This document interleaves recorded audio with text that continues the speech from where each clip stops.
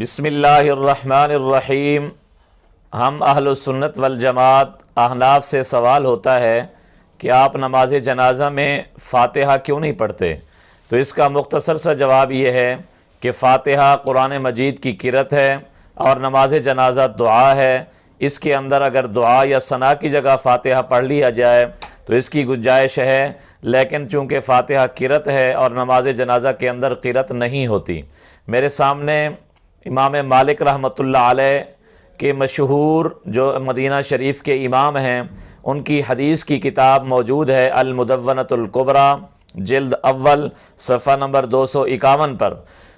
ابن وہب مالکی کہتے ہیں کہ میں نے امام مالک رحمۃ اللہ علیہ سے پوچھا کہ کیا نماز جنازہ کے اندر قرأت ہوتی ہے؟ تو امام مالک رحمۃ اللہ علیہ نے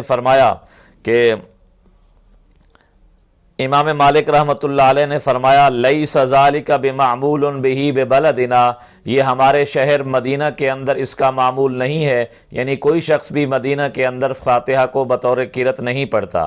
انما هو الدعاء، جنازہ دعا ہے۔ میں نے اپنے شہر والوں کو اسی پر پایا ہے، چونکہ نبی اکرم صلی اللہ علیہ وسلم بھی نماز جنازہ کے اندر قرأت نہیں کیا کرتے تھے، دعا کیا کرتے تھے۔